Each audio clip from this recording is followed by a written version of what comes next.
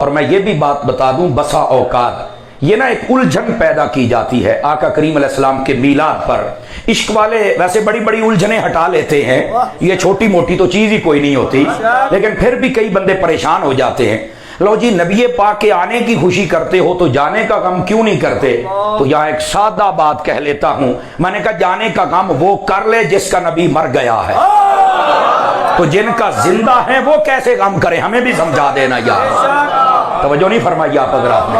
Front سیٹوں والے ذرا میرا ساتھ دیں گے تو بھائی جس کا نبی مر گیا وہ کر لے۔ دیکھیں موت کے ہم بھی قائل ہیں کہ موت آئی ہے، لیکن مارنے آئی تھی اور جا پنا کام کر، یہ موت میرے نبی کے قدم چومنے آئی تھی۔ یہ کون سی بات ہوئی یار؟ موت آئی کو کاری آ گئی ہے یار، موت شہید کے پاس نہیں آتی، کہاں آتی ہے؟ تو کیا شہید کے بارے میں یہ رب نے فرمایا نہیں کہ وہ زندہ ہے؟ وہ وہاں تو کسی کی نبض نہیں پھڑکی، توجہ نہیں فرما رہے آپ حضرات؟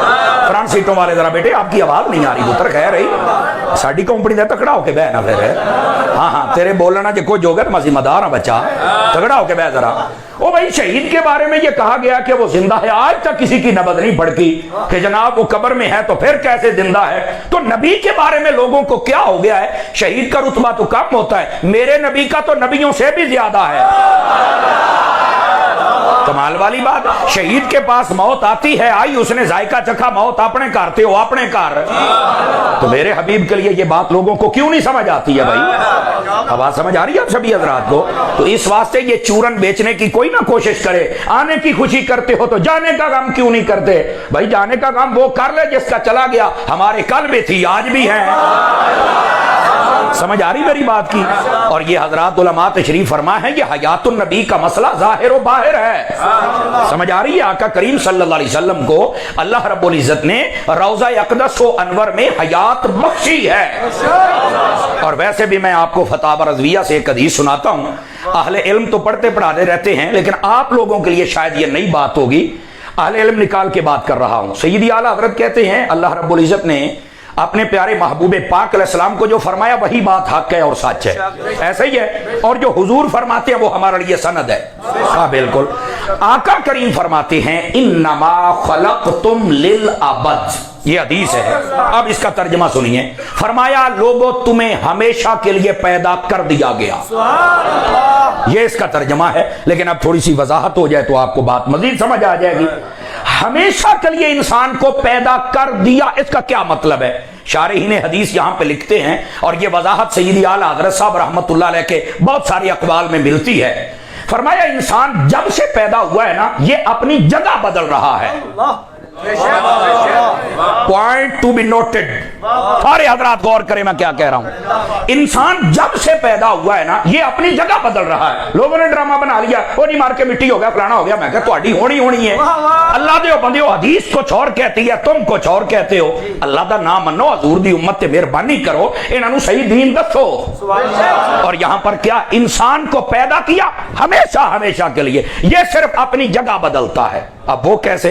فرمایا سب سے پہلے انسان کو جب پیدا کیا تو یہ عالم ارواح میں تھا، یہ وہاں زندہ تھا وہاں کے ماحول کے مطابق، پھر اس نے جگہ بدلی تو یہ آدم علیہ السلام کی پشت میں آ گیا، یہ وہاں زندہ تھا وہاں کے ماحول کے مطابق، پھر پشت جگہ بدلی اپنے باپ کی پشت میں آ گیا، وہاں زندہ تھا وہاں کے ماحول کے مطابق، پھر جگہ بدلی یہ ماں کے پیٹ میں آ گیا، وہاں زندہ تھا وہاں کے ماحول کے مطابق، پھر جگہ بدلی تو یہ دنیا میں آ گیا، یہاں زندہ تھا یہاں کے ماحول کے مطابق، پھر جگہ بدلے گا، یہ قبر میں جائے گا، وہاں زندہ ہوگا وہاں کے ماحول کے مطابق، اگلی بات پھر جگہ بدلے گا، یہ حشر میں آئے گا، وہاں زندہ ہوگا وہاں کے ماحول کے مطابق، اور پھر اگر حضور کا سچا عاشق ہوا پھر جگہ بدلے گا اور جنت میں جائے گا، وہاں زندہ رہے گا وہاں کے ماحول کے مطابق۔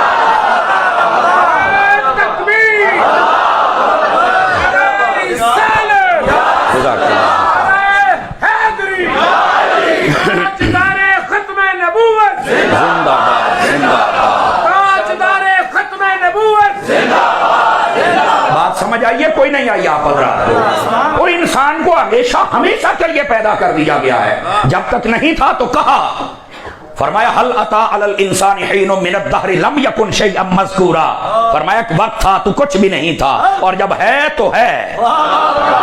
توجہ نہیں فرمائی، جب نہیں تھا تو کچھ بھی نہیں تھا، اور جب ہے تو ہے۔ اب انسان جگہ بدل رہا ہے، لوگ کا نواں ڈرامہ بنا کڈیا جناب۔ موت کو اسی لیے تو انتقال کہتے ہیں، اور آپ پڑھے لکھے حضرات بیٹھ، انتقال کا مطلب کیا ہوتا ہے؟ Transfer, change. میری بات نہیں سمجھ سکے نا آپ حضرات۔ ٹرانسفر اینڈ چینج، اس نے یہاں تھا اس کے تھا اس کا ہو گیا، ادھر تھا ادھر ہو گیا، بس یہ بات ہے۔ چینج، بس پہلے وہ اس جہاں میں تھا اب اس جہاں میں، پہلے دنیا میں زندہ تھا اب وہ عالم برزخ میں زندہ ہے، زندہ یہاں بھی تھا وہاں بھی ہے، اور اگر نہیں ہے تو سوالوں کا جواب کون دیتا ہے؟ اور اگر نہیں ہے تو میرے حبیب نے یہ کیوں فرمایا جب بھی قبرستان جاتے ہو تو چل کے یہ کہنا ہے السلام علیکم یا اہل القبور، یہ ویچی کوئی شنی تے مٹی دیاں ٹھیریاں نو کہندے ہو۔ آواز بہت کمزوروں والی ہے ہی کچھ نہیں تو سانو بھی دسو سرکار کیڑے کمی پا چھڑیا جے امت نو۔ اس واسطے خدا را مہربانی فرمائے، انسان اپنی جگہ بدل رہا ہے۔ بات سمجھ آ رہی ہے آپ حضرات کو؟ تو جب عام انسان کی یہ حال ہے تو جو ہر قبر میں تشریف لاتا ہے ان کے بارے میں پھر کیا نظریہ ہوگا؟ تو پھر میں نے کہا ان کے بارے میں وہی نظریہ رکھ جو بریلی کے غیرت مند بابے نے دیا ہے، تو زندہ ہے واللہ، تو زندہ ہے واللہ، میرے چشم عالم سے۔ اور اعلیٰ حضرت نے اس شعر میں بھی 2 قسمیں اٹھائی ہیں۔ کتنی قسمیں؟ حالانکہ پڑھنے پڑھانے والے علماء بیٹھے ہیں، ان سے دعا لینے کے لیے اور آپ کو سبق سنانے کے لیے بتاؤں۔ قسم ایک مرتبہ یہ ایک موقع پر اٹھائی جا سکتی ہے، ایک سے زائد مرتبہ میں اگر قسم اٹھاؤں نا تو وہ لغو کہلائے گی۔ مثال کے طور پہ میں کہوں کہ محفل میلاد بہت اچھی چیز ہے، قسم والی گل اچھی چیز ہے، محفل میلاد قسم والی اچھی چیز ہے، قسم والی گل ہے محفل، اور تسی کہنا یار ایک باری قسم چوک لا، ایک باری نہیں تو قسم ہی ہے نا۔ اور فقہا کے نزدیک اگر ایک بات کے لیے 3-4 قسمیں اٹھائی جائیں، پہلی قسم منعقد ہوتی ہے اور باقی ساری لغو کہلاتی ہیں، وہ نہیں بولنی چاہیے، ایک باری ہو گئی بس ٹھیک ہے۔ اب اعلیٰ حضرت جیسا عالم ہو جو کہ 150 سے زیادہ علوم کا ماہر ہے، 1000 سے زیادہ کتابوں کا لکھاری ہے، اور یہ وہ محدث ہے کہ جو مکے میں تھا، علم غیب پہ اعتراض ہوا 8 گھنٹے کتاب لکھ کے آؤ ماری، اتنا بڑا محدث ہے۔ اب 2 قسمیں اٹھا گیا، بظاہر تو یہ اعتراض ہوتا ہے، تو زندہ ہے واللہ، تو زندہ ہے، گال لکھو یہ قسمہ 2 نے، پہلی تو قسم ہوئی، دوسری کیا ہے؟ پہلی تو قسم ہے، دوسری کیا ہے؟ اب اس کا جواب بھی سنو، کہنے لگے میں احمد رضا، میں کوئی عام بندہ تھا کوئی نہیں نا، میں نے جو 2 قسمیں اٹھائی ہیں نا بات ایک ہے، محل جدا ہے۔ اب آپ کہیں کیا مطلب؟ اعلیٰ حضرت نے جو پہلی قسم اٹھائی تھی نا وہ قرآن و حدیث کے دلائل پڑھنے کے بعد قسم اٹھائی، یا رسول اللہ قرآن بھی پڑھے حدیث بھی پڑھے، میں قسم چوک کے کہنا اے دلائل مینوں مطمئن کر گئے، میں قسم چوک کے کہنا تسی زندہ ہو۔ پہلی قسم جو تھی اس کا محل قرآن و حدیث کے دلائل ہیں، تب کہا آپ زندہ ہیں، اور دوسری قسم جب جالیوں کے سامنے بیٹھے اور مصطفیٰ نے دیدار کروایا نا تو فرمایا اکھی ویکھیا تو پھر میں قسم چکی بیٹھا تسی زندہ ہو۔ قسمیں بھی 2 ہیں، محل بھی 2 ہیں۔